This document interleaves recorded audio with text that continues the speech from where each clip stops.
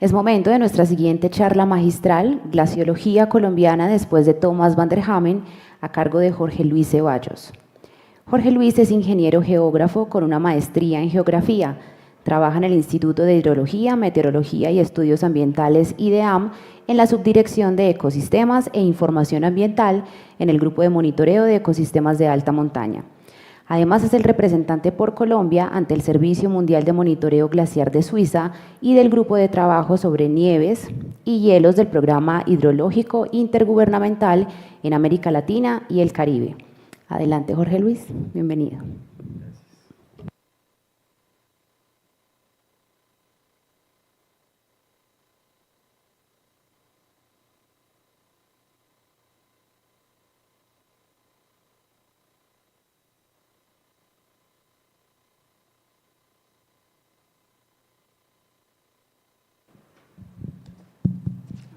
Hola, gracias.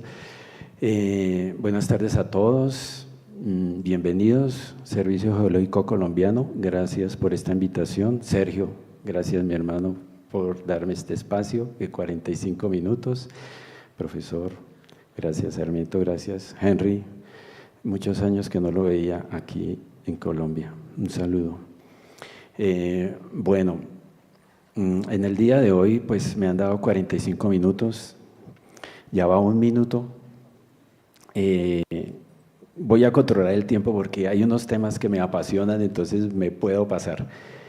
Bien, como dicen los glaciólogos, rompamos el hielo. Este tema, pues también, como todos los que hemos visto hoy, Thomas van der Hamen, pues nos motivó en esto.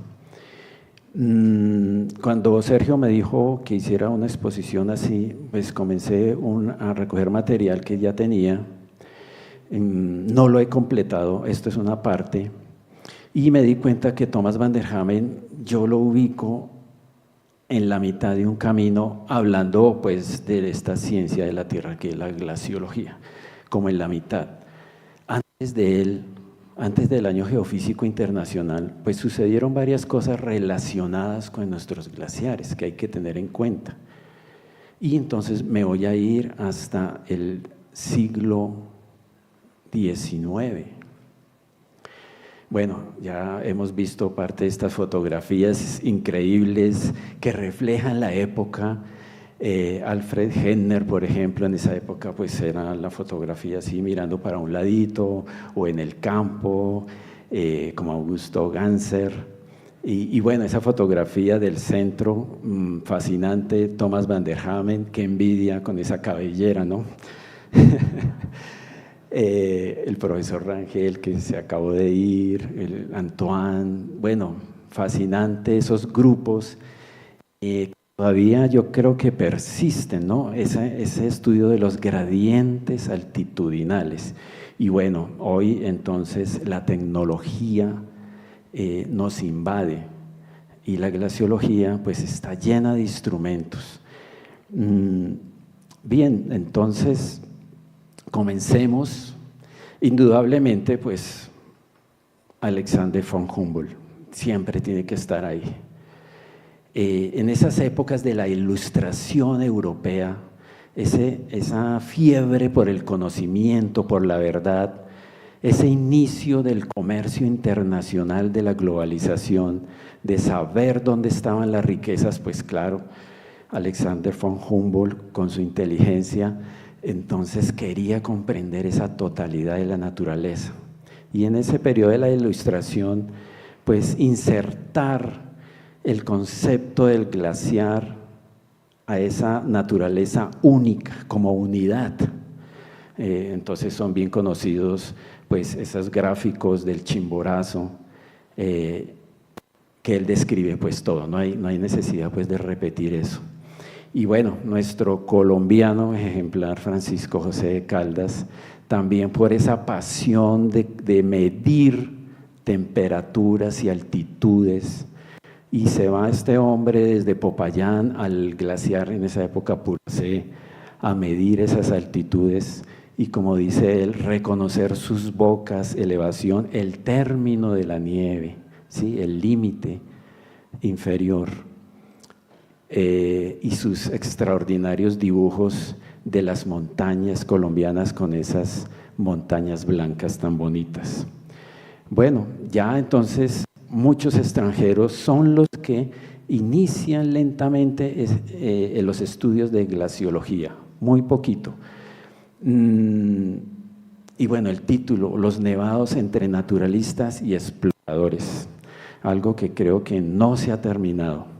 Jean-Baptiste Boussagold, entonces este francés, que lo trajeron era para estudiar vías y minería, y estuvo en la cordillera central haciendo experimentos con gases y bueno, aprovechaba y describía a los glaciares.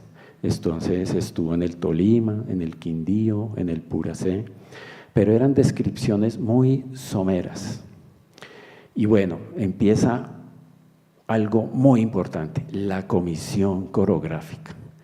Entonces esta gran empresa de Agustín Codazzi, que le dan esa misión de levantar el mapa de la Nueva Granada y reconocer e inventariar lo que había pasado después de la independencia. Bueno, ¿qué es este territorio que tenemos?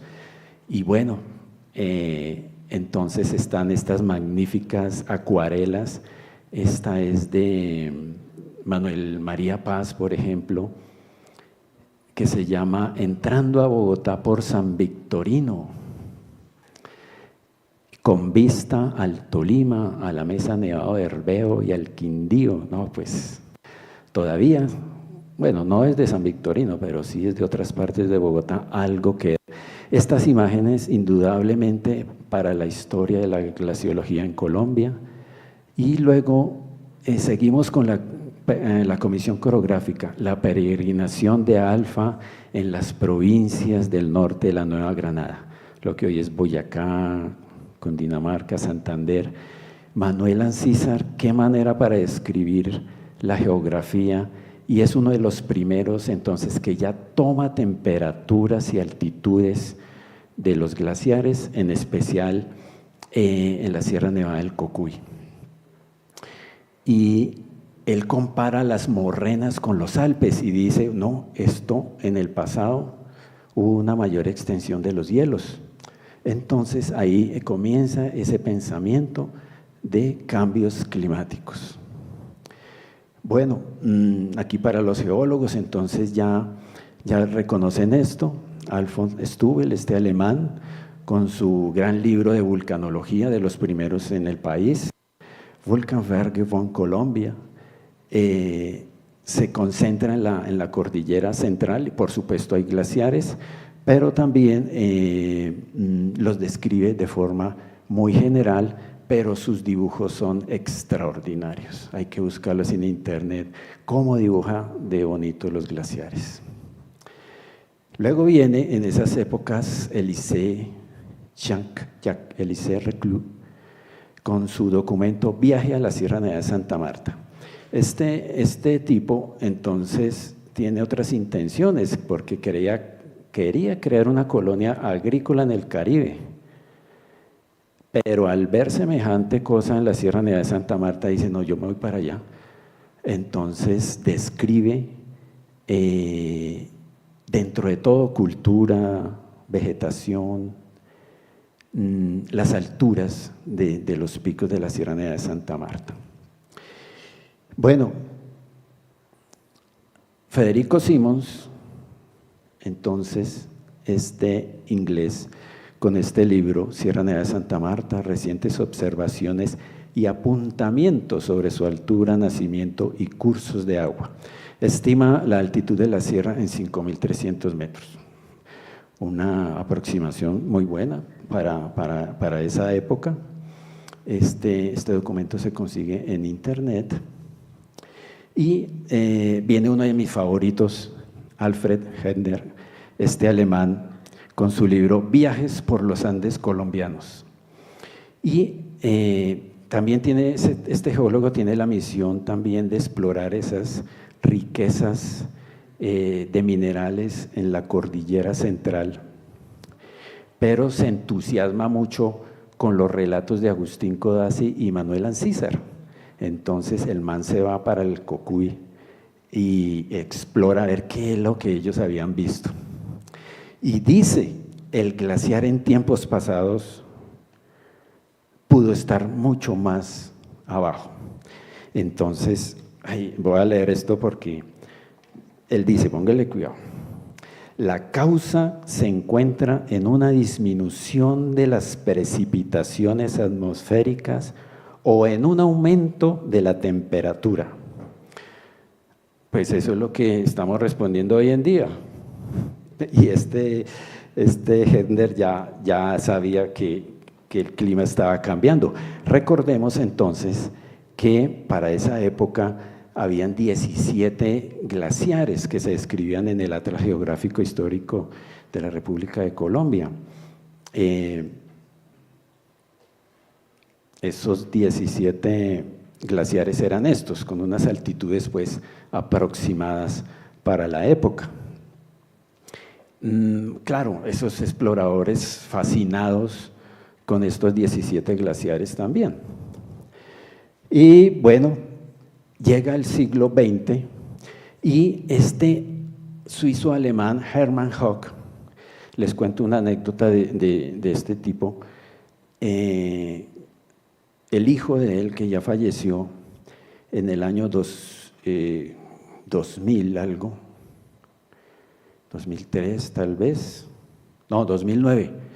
2009 me llama y me dice que después del fallecimiento de su papá, Hermann Hoch, un geólogo que exploró aquí las calizas de Sopó y Huasca, dejó unas fotografías de unos glaciares que ni él conocía, ni el hijo, y me las regala. Unas fotografías originales increíbles, como esa que nos ha servido bastante para estudiar los glaciares, el Cisne, por ejemplo. Ahí en esa fotografía que tomó en enero de 1930, está el Ruiz a la derecha, el Santa Isabel a la izquierda.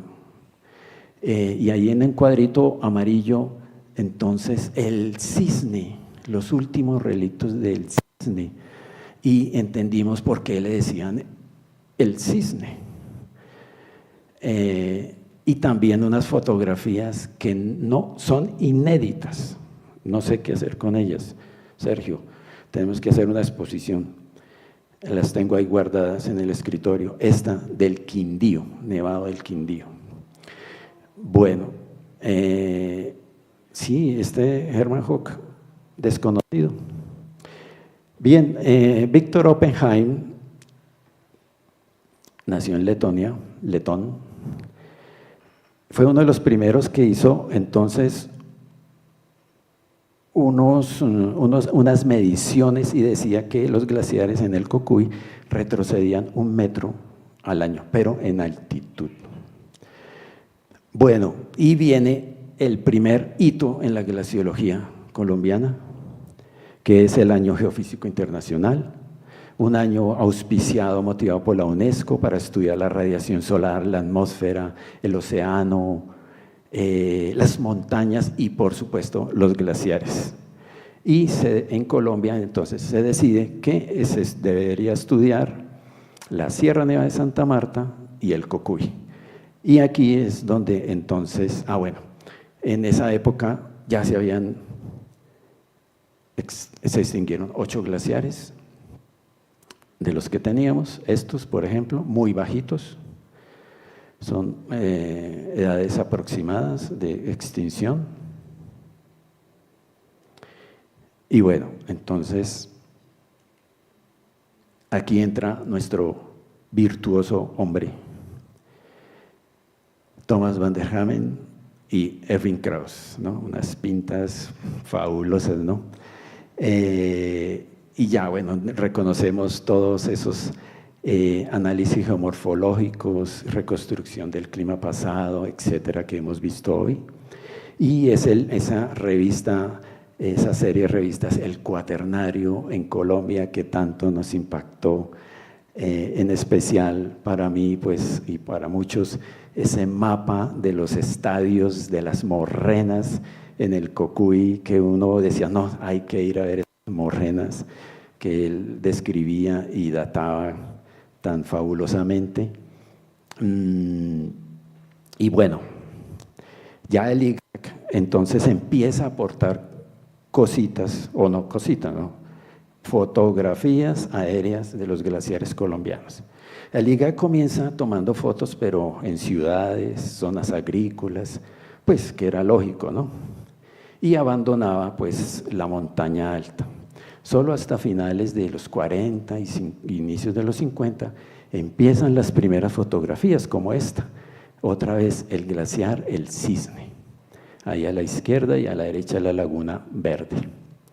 Y pues esas fotos son aprovechadas, por ejemplo, por Rasbel, que entonces con sus mapas tan bonitos estudia las morrenas y se llama así el documento, Las glaciaciones de la Sierra Nevada de Santa Marta.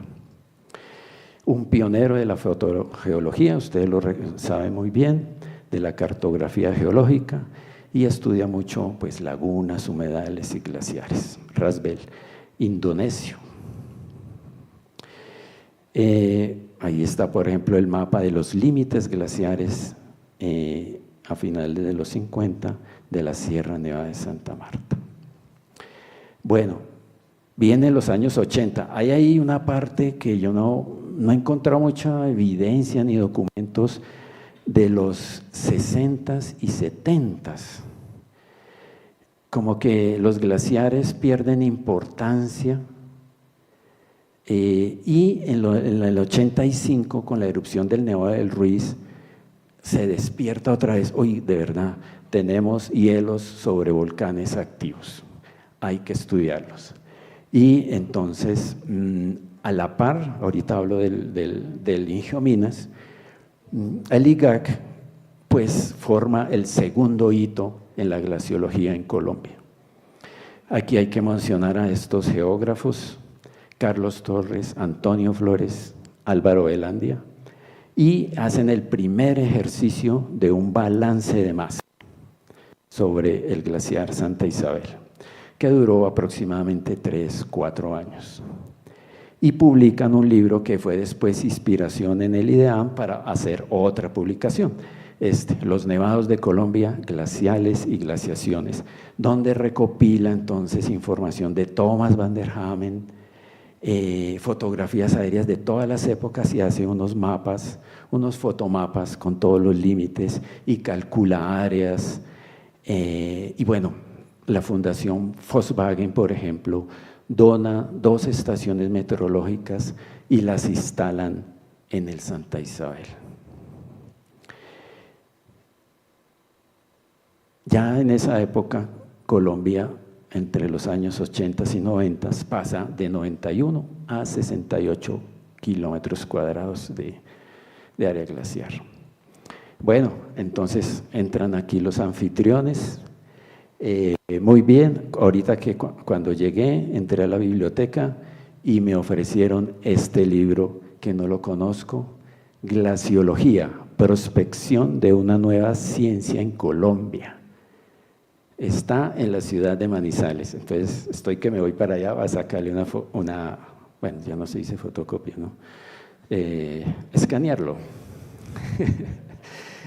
Sí, estoy en esa época.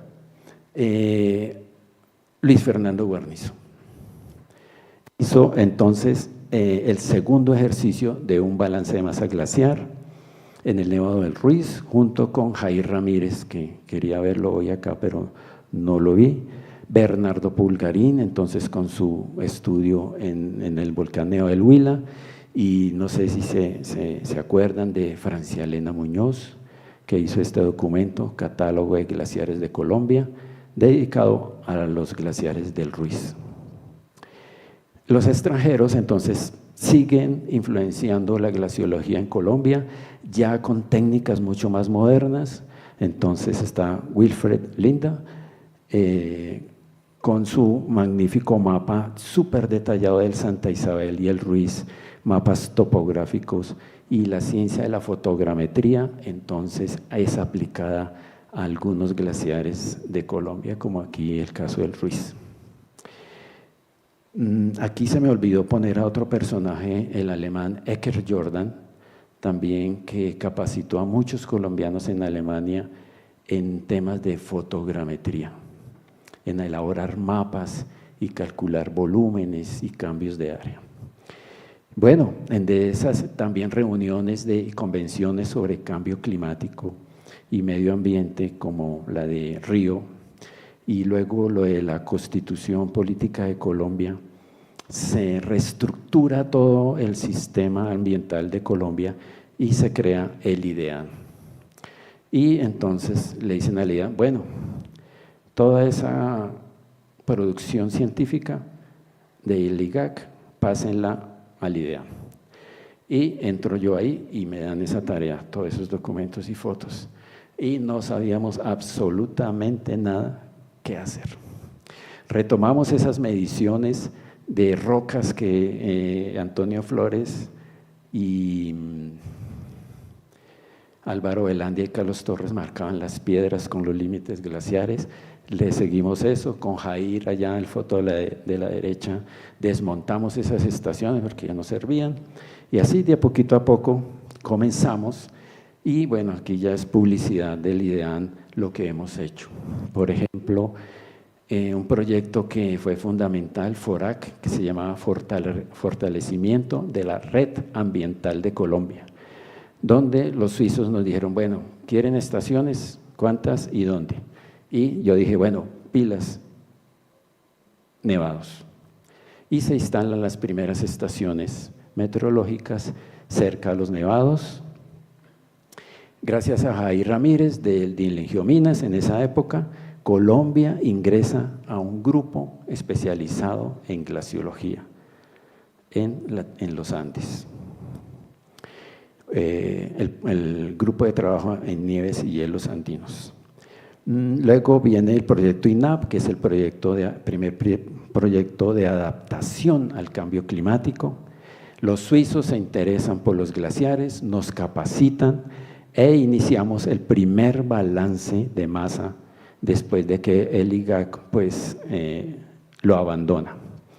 Estábamos tan emocionados que entonces dijimos, no, esto está muy bueno, este ejercicio de ir a los glaciares, vamos a hacerlo en la Sierra Nevada del Cocuy, y ingresamos a esa red global con datos ya, porque antes con Ingiominas pues no reportábamos datos. 2012 entonces ya hicimos un primer balance de energía, un estudiante de maestría en meteorología. Se publica entonces con inspiración del libro de Antonio Flores, Glaciares de Colombia, más que montañas con hielo, un libro más actualizado. Algo súper chévere desde el 2014 al 2017, mucha plata y aprovechamos y compramos equipos, estaciones, de todo, aprovechar porque sabíamos que eso no se iba a repetir. Fundamental esa ayuda internacional. Y bueno, un hito también, ingresa en el 2015 la primera mujer a practicar la glaciología, cosa que pues es inédita porque en todo esto que he hablado solo hombres, ¿no? Entonces, sí, las montañas y allá arriba no, eso es para machos. Pues no, primera mujer. Hoy actualmente hay 2 mujeres, sí, trabajando, y pues se espera que sea de dominio de la mujer. En Bolivia no hay mujeres glaciólogas, Perú por ahí 2 o 3, Chile o Argentina, ahí sí hay. Y bueno, después de 20 años de estudiar este glaciar del Santa Isabel, se extingue. Bueno, siguen una serie de fotografías. ¿Qué hacemos actualmente? Pues muchos aparatos que nos enseñan qué es lo que están tratando de decirnos los glaciares.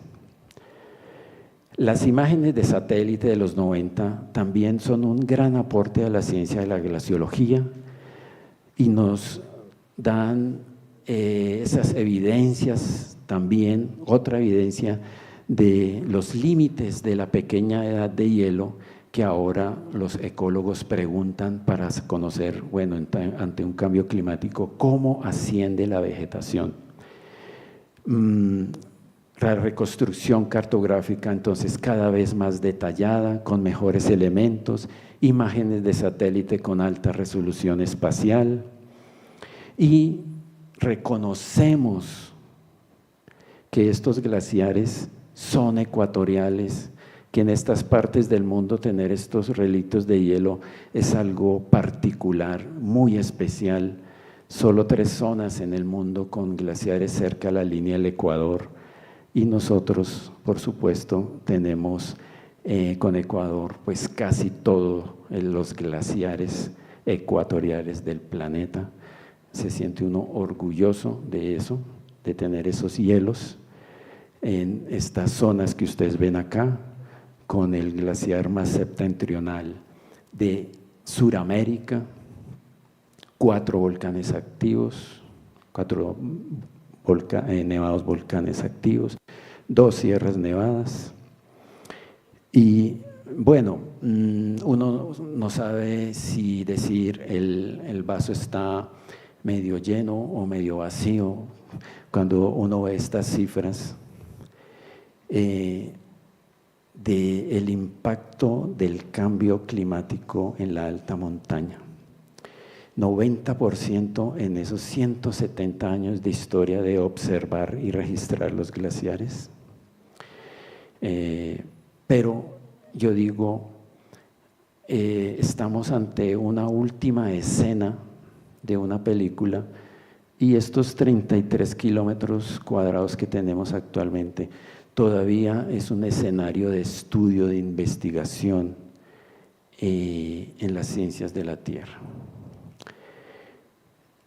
Los pronósticos, pues, Colombia pierde entre 3 y 5% de área por año, lo que daría linealmente que entre el 2060 y 70 no tendríamos casi nada. Pero hay que esperar, hay que esperar. Esto es un comportamiento lineal, los glaciares van respondiendo según la atmósfera, según cómo avanza el cambio climático, ellos van respondiendo. Y la característica de nuestros glaciares, aquí las tienen ustedes, es increíble la diversidad. Algunos colombianos, por ejemplo, tienen un valor espiritual, como son nuestros pueblos indígenas. Escenarios deportivos, y aquí Sergio pues es el autor de esto.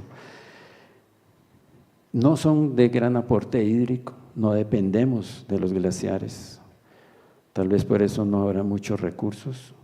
Si dependiéramos del agua de los glaciares, pues habría un instituto de glaciología colombiano, pero no. Bueno, muy fragmentados, y en la figura de la derecha, por ejemplo, están los glaciares a la misma escala. Noten, por ejemplo, que el Ruiz es mucho más grande que la Sierra Nevada de Santa Marta, pero nuestra memoria colectiva parece al contrario, ¿no? Cuando nos dicen Sierra Nevada de Santa Marta, es muy grande, ¿no? Son pequeños fragmentos en realidad. Y climáticamente, pues un glaciar está respondiendo a estas variables atmosféricas. La cumbre norte, que le llamamos el hongo, pues ahí representa lo que es el albedo, la parte baja, esa gris, pues el albedo está muy bajito, ahí está en desequilibrio, mientras que en la cumbre, pues el glaciar, ahí el albedo está muy alto, no recibe, no transforma la energía solar y tiende a derretirse menos. En este sentido, a veces vemos los glaciares como muy pasivos, muy homogéneos, blancos, quietos, fríos, pero se mueven, no son tan fríos y no son blancos. En esto, por ejemplo, La línea de equilibrio se ha convertido en un indicador ambiental muy importante en el planeta, porque esta línea que divide la zona donde acumula de la zona donde se pierde o se derrite, pues cada vez sube más. Por ejemplo, acá, durante el fenómeno La Niña, que cayó mucha nieve en la Sierra Nevada del Cocuy, a pesar de que es un día sin nubes, ahí el glaciar no se está derritiendo porque el albedo es muy alto. Por el contrario, durante un fenómeno El Niño está nublado, pero hay ausencia de nieve y el glaciar actúa de diferente forma. Esto yo no lo había visto, eso es en febrero de este año, formando casi que unos penitentes se llama. Es un proceso de sublimación que es raro en la naturaleza, donde pasa directamente de estado sólido a gaseoso. Se necesitan unas condiciones atmosféricas muy particulares. Esta línea de equilibrio hoy, después de 20 años de estudio, la hemos calculado en 4.950, es decir, todo lo que esté por abajo está en pérdida actualmente y por encima tiende a acumular. Pero eso con el cambio climático ha cambiado. A finales del siglo XIX, fin de la pequeña edad de hielo, la estimamos en 4.500 metros. Y otras estimaciones hacia el futuro nos dicen que podría estar en 5.200 metros la línea de equilibrio. Entonces podemos imaginar una Sierra Nevada del Cocuy, por ejemplo, un pan de azúcar ya con un poquitico de hielo. Bueno, ¿y qué es eso del balance de masa glaciar? Pues es un indicador mundial que básicamente es una contabilidad del glaciar. ¿Cuánto le entra? ¿Cuánto le sale? Sencillamente. Y la unidad de medida es agua, lógico, ¿no? Agua líquida, milímetros equivalentes de agua. Esto se hace más o menos en casi un centenar de países en el mundo, directamente sobre el glaciar, en la zona de ablación, pues se abre un hueco, se instala un tubo, una baliza, una estaca, y como estamos en la zona de ablación, en un determinado tiempo después, pues el glaciar cambia, se derrite, pero queda entonces la medida a través de esa estaca. Lógicamente hay que calcular densidades de nieve, neviza, hielo, para poder calcular ese equivalente de agua. Mientras que en altitudes superiores a los 5.000 lo que tenemos que dejar es rastros, porque se supone que allá acumula. Excavamos buscando esa muestra que puede ser acerrín y lo mismo medimos esa ganancia y densidades para calcular el balance de masa glaciar. Estos son los aparatos que se utilizan, se funde el hielo, es una perforadora de hielo, se instalan y bueno, sobre una parte del glaciar, la mayor cantidad de balizas. En el glaciar Itacuba Blanco, entonces, allá en la Sierra Nevada del Cocuy, seleccionamos esa área y instalamos 10 balizas.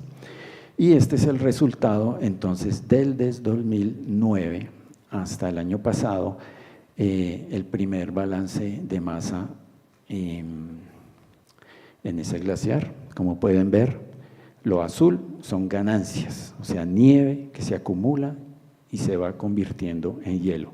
Lo rojo, pérdidas. Ven ahí de todo, ¿no? Casi que este glaciar, después de casi 15 años, ha estado en equilibrio. Increíble. Ha estado en equilibrio. Mientras que en el Santa Isabel, esta foto pues ya es viejita porque ya no hay glaciar, un glaciar en total desequilibrio con la atmósfera, con el clima. Pérdidas y pérdidas y pérdidas. Más o menos 60 metros, lo podemos visualizar, 60 metros equivalentes de agua, casi que una columna de 60 metros de espesor de hielo que se ha perdido. Y este es el balance mundial de 66 países que reportan estos datos. De más de 30 años. Entonces el balance en 2023 fue de menos 1.2 metros equivalentes de agua. Como ven, entonces la criosfera terrestre en desequilibrio con el clima actual. Está la Red Mundial de Glaciares del Mundo, en donde nosotros entonces apoyamos esa red con 2 glaciares, el suplemento, lo llaman el benchmark, que son los glaciares como complementarios, ¿no? Entonces, los rojos son los principales y los naranja los que apoyamos con datos. Bueno, medir nieve es de lo más difícil en un glaciar, difícil y costoso. No tenemos los equipos, pero en cada campaña que vamos, pues medimos el espesor de la nieve en cada baliza y sacamos un promedio. Es increíble, por ejemplo, que entre Cocuy y Santa Isabel, que tendrán en línea recta 300 kilómetros de distancia, haya tanta diferencia en la precipitación de nieve, lo que nos lleva pues fácilmente a concluir que el clima local, las propiedades propias de cada glaciar colombiano definen su futuro, como la altitud, el tamaño, el grado de exposición al sol, la fragmentación y la precipitación sólida.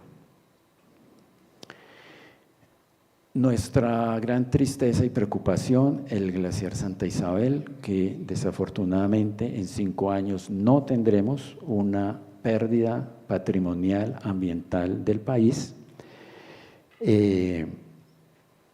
Los cambios han sido dramáticos en este glaciar, muy bajito. Su cumbre no llega a los 5.000, eso hoy día ya destinado a extinguirse por completo.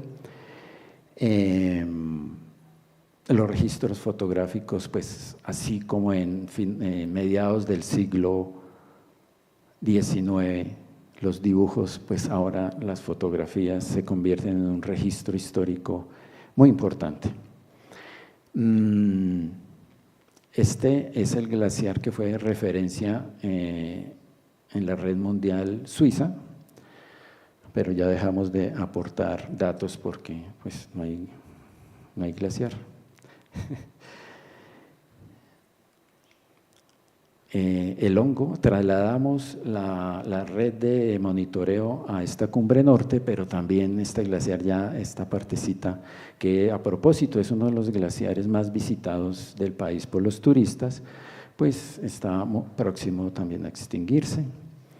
Y por último, pues algo que nos ha fascinado y es cómo las nuevas generaciones que no conocen, no saben de glaciología, se interesan por saber qué pasa en los glaciares. Entonces, fascinante que nos preguntan aquí, estos son estudiantes de 10º grado de un colegio en el Cocuy que preguntan cómo se mide un glaciar. Entonces les enseñamos, bueno, midamos nieve, acompáñanos, o guías de montaña midiendo el retroceso glaciar, o en el Parque Los Nevados, operadoras turísticas que involucran en la medición a sus clientes. Entonces, el turismo, yo no me imaginaba eso, cómo el turismo y la glaciología tienen un vínculo, la ciencia ciudadana. Bueno, compañeros, eso creo que era todo, sí. Sí, esta fotografía es parece los Alpes suizos, ¿no? En la Sierra Nevada del Cocuy, en un enero. Bueno, muchas gracias.